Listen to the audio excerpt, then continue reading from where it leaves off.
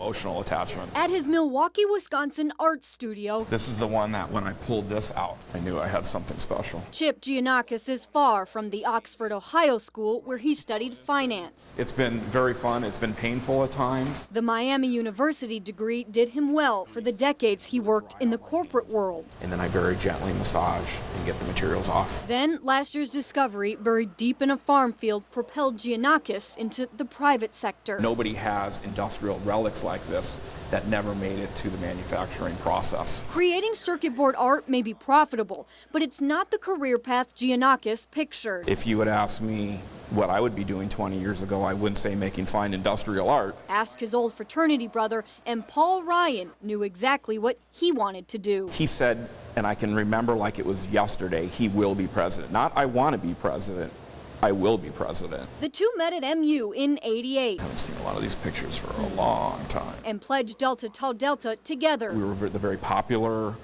well-known, athletic house. 4 years together, and a party at Paul's Aspen family home sticks out. Put it this way, I'm glad Facebook wasn't around 20 years ago. Otherwise, Giannakis says Paul spent most his time studying for a political science degree. Paul was reserved in a lot of ways, and when it came to social settings, while I wouldn't call him a nerd, he kept to himself, and almost as if he knew that his actions then might control his future. Despite being in a fraternity, an outdoorsman and fitness fanatic, Chip Giannakis says Paul Ryan was anything but popular. Rather, his commitment to the classroom at Miami University and his relationship with a particular professor helped shape his political philosophy and put him on his civic path. We are good friends, and I certainly consider him a good friend. Decades-long MU economics professor Dr. Richard Hart met Ryan his junior year. He would come into my office during office hours, and we would talk about political philosophy, economic policy. Particularly those of Nobel Prize winners F.A. Hayek and Milton Friedman, whose free market thinking is in line with Ryan's proposed budget plan, the path to prosperity. We clearly need to reform the tax code. We need to slow the growth in government spending.